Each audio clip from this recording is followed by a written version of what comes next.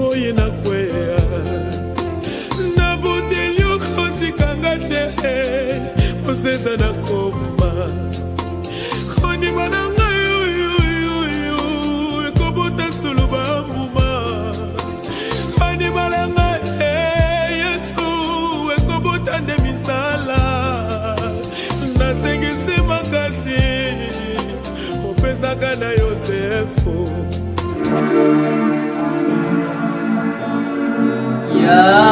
Yahweh nae kokumbambela yo Yahweh nae kokumbambela yo liboso na yo na pusani nae kokumbambela yo maboko na ngai na tomboli nae kokumbambela yo Yahweh Yahweh nae kokumbambela yo Yahweh Yahweh Yahweh Yahweh Yahweh nae kokumbambela yo liboso na yo na pusani Yahweh nae kokumbambela maboko nanga na tomboli Yahweh nae kokumbambela oh Yahweh Yahweh Yahweh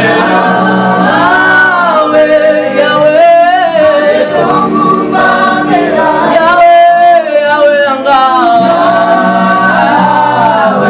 Yahweh nae kokumbambela liboso na yo na pusani Yahweh nae kokumbambela maboko yanga na tomboli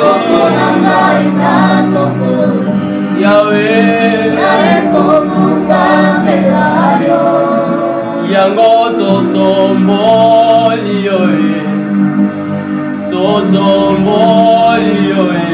Yahweh totomboli yo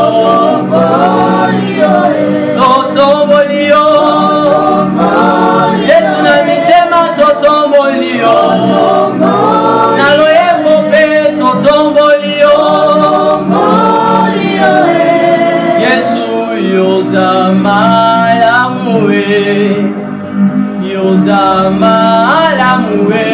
zambo yo Yesu yoza malamu mingi yoza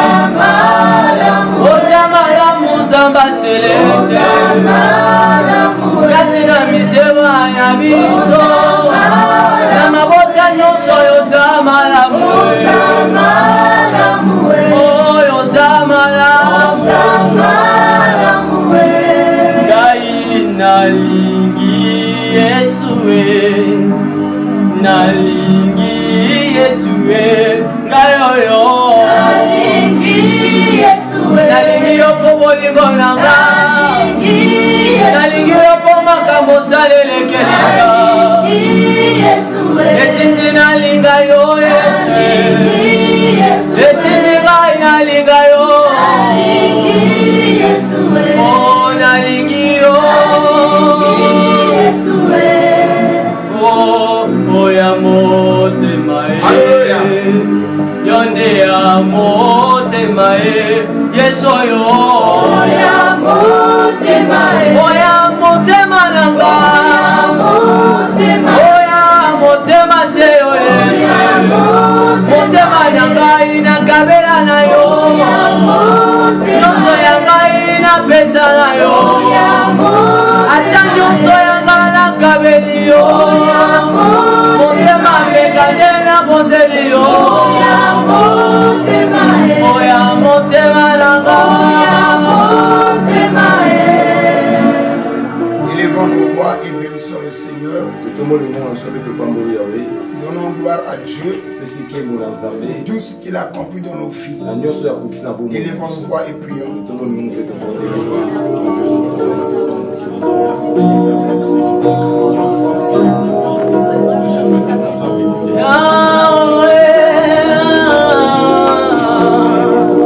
Malasie nanga yangoyo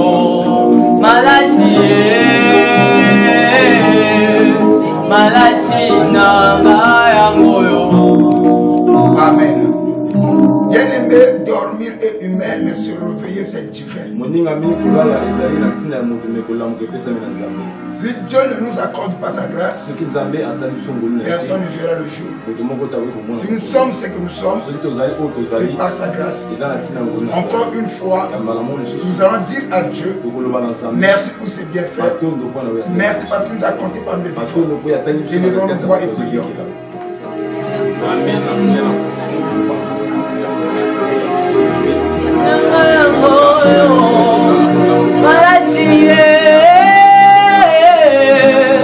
Malasi nanga yangoyo loyembo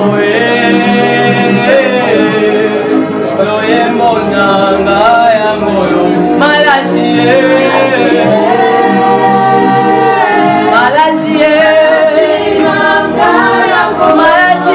loyembo nanga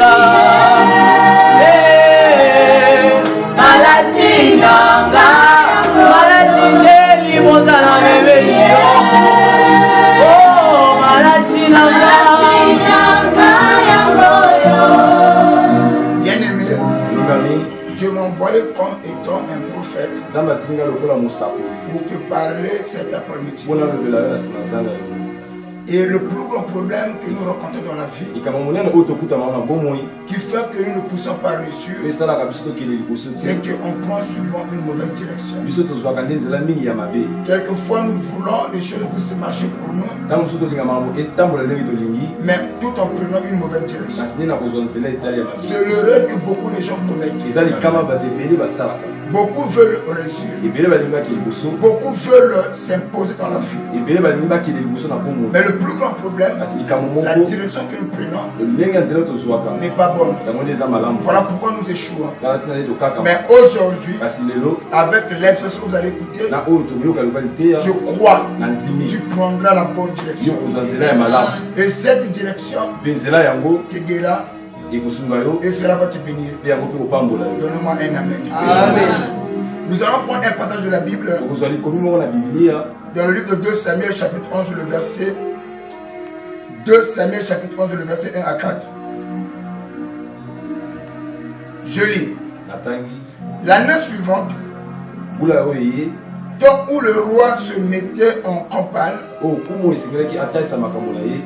David envoya Joab avec les serviteurs et tout Israël pour détruire le fils d'Ammon et pour assiéger à Rabat. Mais David resta à Jérusalem. Un soir, David se leva dans sa couche et comme il se promenait sur le toit de la maison royale, il aperçut de là une femme qui se peinait et qui était très belle de figure. La Bible dit que cette femme était très belle de figure. Amen. Et David fit demander qui était cette femme. Et on lui dit, n'est-ce pas Bathsheba, fille d'Elian, femme d'Uri, laitier. Amen. Et David envoyait les gens pour la chercher. Elle vint vers lui. Et il coucha avec elle. Après s'être purifié de sa souillure, elle retourna dans sa maison. Le verset 5. Cette femme devint enceinte. Et elle lui fit dire à David au sujet de son enceinte.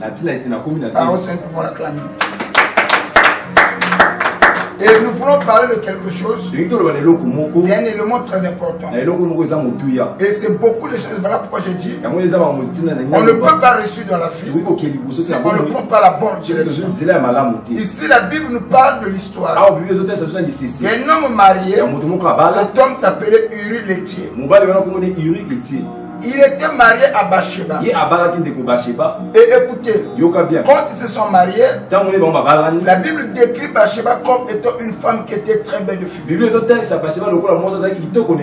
Alors, ce qui m'a d'abord interpellé, c'est la beauté de Bathsheba. C'était une très belle femme. Mais écoutez très bien. Mais malgré sa beauté, malgré ce qu'elle était, ce qu'elle représentait, pour son mari, c'était une fille qu'elle avait à chaque côté. Alors la Bible dit ceci, lorsque David le fit, David ne pouvait pas se contenir. Automatiquement, il a posé la question, qui est cette femme? On lui dit, c'est la femme de Uri. Malgré cela, David dit, amenez-le-moi. Et la Bible dit encore, David alla vers elle. En d'autres termes, David coucha avec elle. Et cette femme est tombée enceinte. Alors pendant combien des années cette femme était mariée à Uri? Ils sont pourtant tombés enceintes. Mais le jour où David a couché avec cette femme, la même nuit, elle est tombée enceinte. Alors écoutez, quelque temps après, cette femme-là, elle fait dire à David que voilà, depuis la nuit précédente, alors que moi je suis enceinte de toi. Alors c'est comme ça que David a pris cela. Il chercha des mécanismes pour couvrir son erreur, pour cacher le péché qu'il lui avait commis. Qu'est-ce que David fait? Il envoie des messagers à Joab. Il dit que Joab, envoie-moi Uri le tien, qu'il vienne me faire le rapport de la guerre. Je veux savoir qu'est-ce qui se passe là-bas. Alors lorsque Joab envoie Uri, Uri vient auprès de David, il explique le cas du combat. Et David dit à Uri, repars à la maison, va manger et boire avec ta femme, et réjouis-toi, et demain tu vas repartir au combat. Et Uri, au lieu d'aller à la maison, comme le roi le lui avait dit, elle dort dans le palais royal, dans la cour. Le lendemain matin, on vient dire au roi, Uri les tient, a passé la nuit dans la cour. Le roi l'appelle encore. Il lui donne des boissons enivrants, des boissons alcoolisées, dans le but de l'exciter. Et il lui dit encore, va coucher avec ta femme, va chez ta femme. Et Uri, c'est le jour-là, après avoir mangé avec le roi, boire avec le roi. Alors Uri passa la nuit dans la cour royale. David n'avait pas d'autre alternative, c'est de tuer Uri. C'est comme ça que David a écrit une lettre. Il dit à Uri, il faut donner ça dans la main propre de Joab. Et lorsque dans cette lettre spéculaire, que celui qui a porté cette lettre, il va te le remettre en main, tu le mettras là où les combats sont tellement forts. Je veux que ce dernier puisse trouver la mort. Et le troupe doit reculer en arrière. Et c'est comme ça que David a tué Uri. Mais le plus grand problème, ce n'est pas la mort de Uri. Qu'est-ce qui a donné la mort à Uri?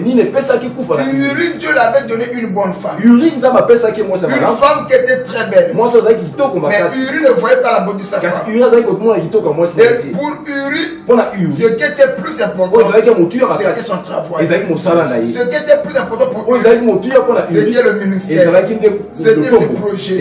Et la femme venait en second plan.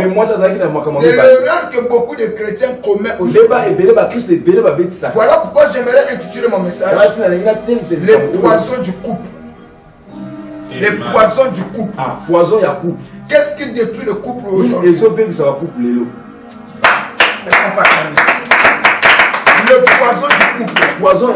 Qu'est-ce qui détruit le couple aujourd'hui? Les gens prient beaucoup, mais les gens oublient un petit détail. Le tout n'est pas spirituel. spirituelle. Prier, c'est une bonne chose.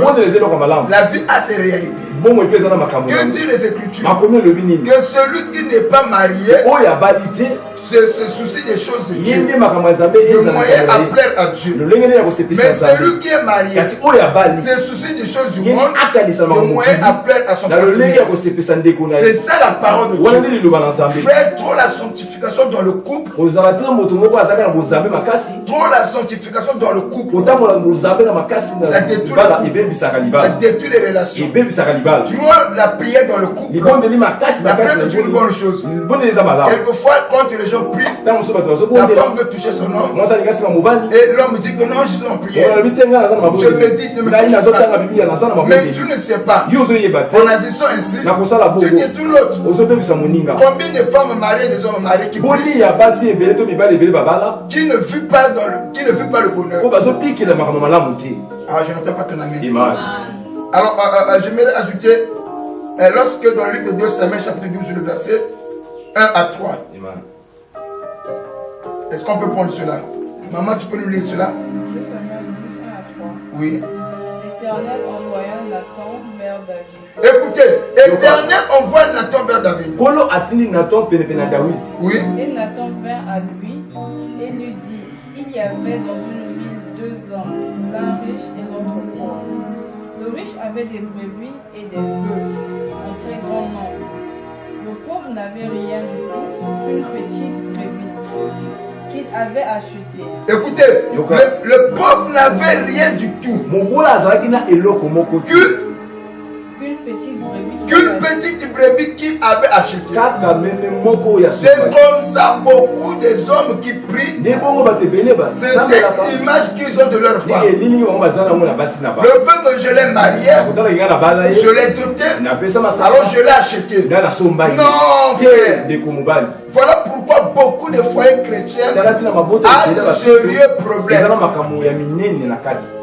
Je n'entends pas les amens. Et n'oublie pas, Nathan était un prophète. Lorsque Nathan vient à David, il explique à David, dans un village, il y avait 2 personnes. L'un était riche, l'autre était pauvre. Le riche avait beaucoup de brebis. Mais le pauvre, on n'avait que un. Que lui, il avait acheté. Que lui considérait comme quoi? Explique-moi. Il la nourrissait. Non, répète d'abord la partie là. Le pauvre n'avait rien du tout. Le pauvre n'avait rien du tout. Qu'une petite brebis qu'il avait achetée. Ta femme n'est pas un objet que tu as acheté. Mais c'est cette image que Uri avait de sa femme. Uri considérait sa femme comme la marchandise. Que lui l'a acheté. C'est ce que les hommes, quelquefois les hommes qui prient, c'est comme ça qu'ils considèrent leur femme. Vas-y maman. Il la nourrissait. Il la nourrissait. Et elle grandissait chez lui avec ses enfants. Et elle grandissait chez lui avec ses enfants. La même femme qu'on appelait Bathsheba pour Uri, c'était une, elle grandissait avec ses filles. Et Uri considérait sa femme comme ses filles. La manière qu'il considérait ses filles, c'est comme ça qu'il voyait sa femme. Il y a beaucoup de gens, c'est comme ça qu'ils voient leur femme. Lorsque la femme veut parler, non, qu'est-ce que tu en sais? Qu'est-ce que tu connais? Moi je sais. C'est comme si la femme n'a rien à apporter. Parce que c'est moi le chef. Je sais ce que je fais. Beaucoup de femmes chrétiennes souffrent dans le foyer. Ils veulent apporter leur soutien dans le foyer, mais les hommes ne le permettent pas. Un d'abord, c'est le regard que les hommes ont de leur femme. Les hommes considèrent leur femme comme étant des petites filles. Tu n'as rien à m'apporter. La côté des hommes me revient. C'est le rêve de Uri. Mais cette même femme que Uri considérait comme sa petite fille, il produisait avec ses filles. Mais lorsque David la voit, il voit une très belle femme, mature, et qui peut apporter quelque chose dans sa vie. Et n'oublie pas que David avait 300 concubines.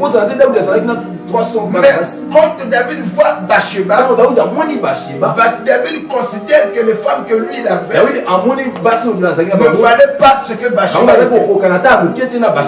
Donc vous voyez, c'est une même personne, mais on a deux regards. Pour Uri, c'est une petite fille et sa beauté ne comptait pas, sa maturité sur laquelle ne comptait pas. Mais lorsque David le voit, il voit une autre personne, une personne qui est mature, capable d'apporter le bonheur de David. C'est comme ça que David voyait Bathsheba. Voilà pourquoi David a risqué sa vie d'aller avec lui, combien même la loi interdisait cela. Le poison du couple. Bien-aimé dans le Seigneur, toi qui as écouté ce message, change ta façon de reconsidérer ta femme. Ta bénédiction en dépend. Tu ne peux pas avancer sans l'aide de ta femme, sans le soutien de ta femme. Voilà pourquoi Adam, quand Dieu l'a créé, il a fait tout. Mais sans la femme, Adam était incomplet. La Bible dit qu'il n'est pas bon que l'homme soit seul. Je lui ferai une aide semblable à lui. Donc la femme c'est l'aide de l'homme. Amen. Entre le maître maçon et les aides maçons qui travaillent plus, c'est l'aide maçon. Amen. Deuxième erreur de Uri.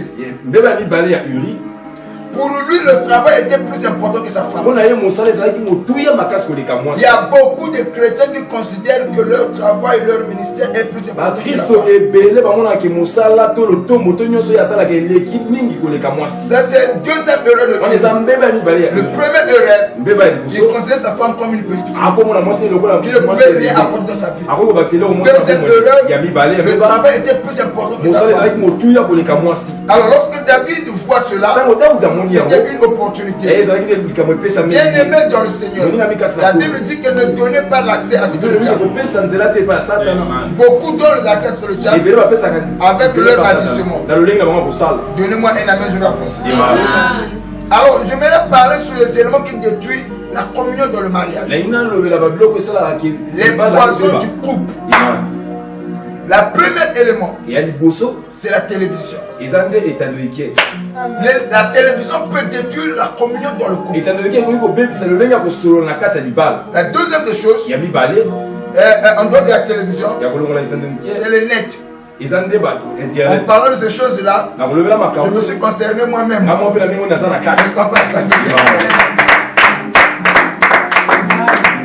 L'homme et la femme, ils sont là.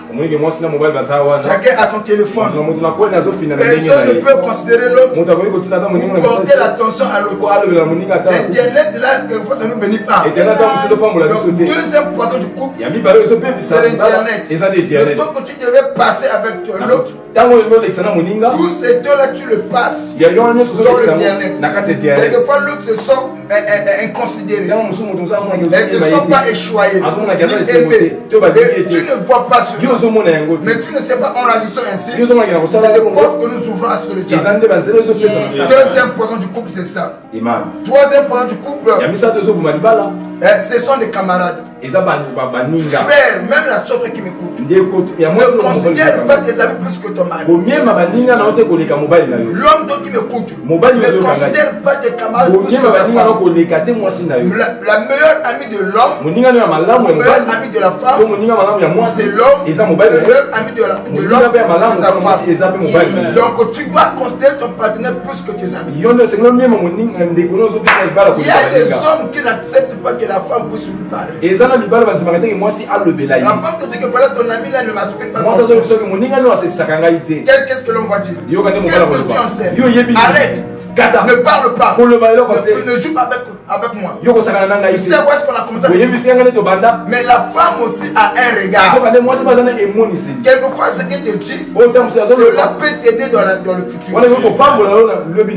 Les camarades, faites attention. Et quatrième élément, c'est le travail. Oui. Si ton travail est plus important que ta femme, épouse ton travail. Si le ministère est plus important que ta femme, épouse le ministère. Mais si tu penses que ta femme a aussi une place, alors accorde-la la place qu'il faut. Le dernier élément qui détruit c'est la famille. La Bible ne dit pas que l'homme quittera sa femme ou non, l'homme quittera.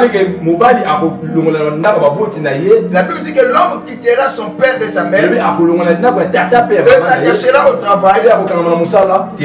C'est ce que la Bible dit. S'attachera au camarade, s'attachera à sa soeur, mais s'attachera à sa femme. Et les deux deviendront une seule chair. On ne devient pas une seule chair avec la maman, avec le frère, avec le travail, mais plutôt avec la femme. Voilà pourquoi j'aimerais te dire, il y en a certains qui font passer la famille avant même la femme. Moi je laisse-moi vous dire, même les femmes aussi sont comme ça. Il y a des femmes qui considèrent la famille plus que son homme. Il y a aussi des hommes qui considèrent la famille plus que sa femme. C'est là où il y a un problème. Tu ne peux pas faire passer ta famille avant ta femme, ni ta famille avant ton homme. Pour que le mariage soit considéré, pour qu'il y ait l'exode, l'homme doit quitter, la femme aussi doit quitter pour former une seule chair. Donc, bien aimé dans le Seigneur, c'était le message qu'on avait à vous apporter sur les poisons du couple. Si tu as été béni, remercie le Seigneur. Si le message t'a béni, corrige là où tu avais failli et Dieu va marcher avec toi. À compter d'aujourd'hui, tu dois traiter ces éléments. Que Dieu te bénisse et richement.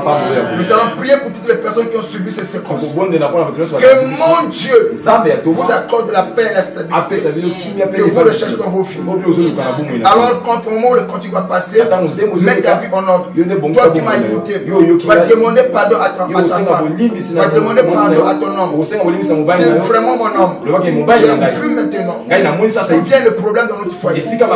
Pourquoi quelquefois les femmes mariées sortent dehors? C'est à cause de ces choses. Pourquoi les hommes mariés sortent dehors? C'est à cause des choses.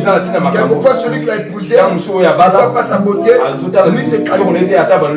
Voilà pourquoi ça devient une porte que nous ouvrons pour le diable. Mais aujourd'hui, avec ce que nous venons d'écouter, ces portes-là seront fermées au nom de Jésus. Alors au moment où le coutume va passer, mettons nos vies en ordre et vivons nos foi. Alléluia.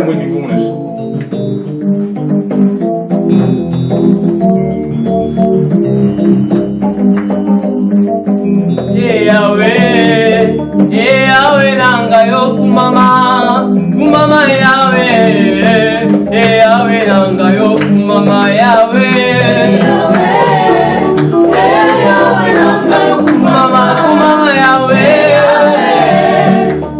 Yahweh nanga yo kumama Yahweh, oh Yahweh, Baba malamu yo kumama, kumama Yahweh. Yahweh nanga yo kumama Yahweh, Yahweh nanga yo kumama, Yahweh nanga yo kumama Yahweh, oh kumama Yahweh, Papa malamu yo kumama, na embelio nzembo nzembo motema nanga Yahweh, Yahweh oh kumama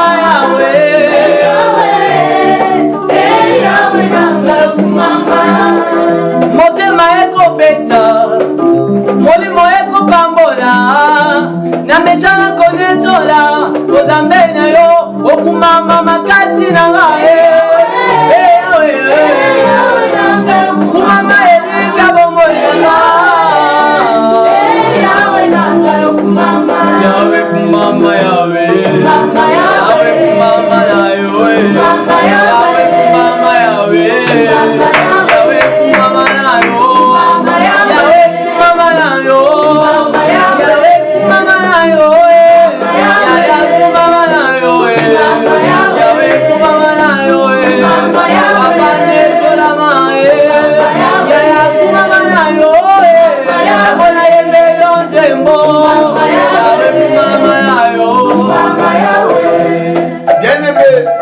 Nous allons prier pour les foyers qui sont détruits. Parce qu'ils avaient négligé ce détail que nous venons de donner. Élevons nos voix et prions. Élevons nos voix.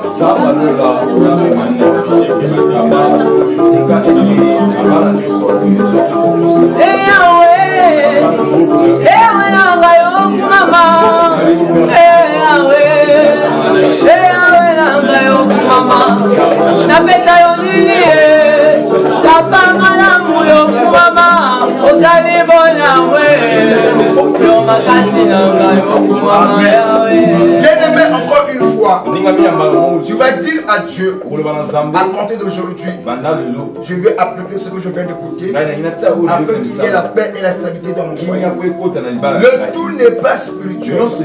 Élevons nos voix et prions. Yahweh kumama na yo, Yahweh kumama na yo, Yahweh kumama na yo, Yahweh kumama na yo, Elombe kumama na yo, Yahya kumama na yo. C'était votre humble serviteur, l'apôtre Ange fidèle. Alors, si tu n'es pas encore abonné, tu peux t'abonner dans notre chaîne. Alors, si tu le fais, Dieu te bénira pour cela. Sois béni pour tout ce qui concerne le soutien spirituel, les conseils. Vous pouvez nous contacter par le numéro sur le bas de votre écran. Que mon Dieu vous bénisse richement.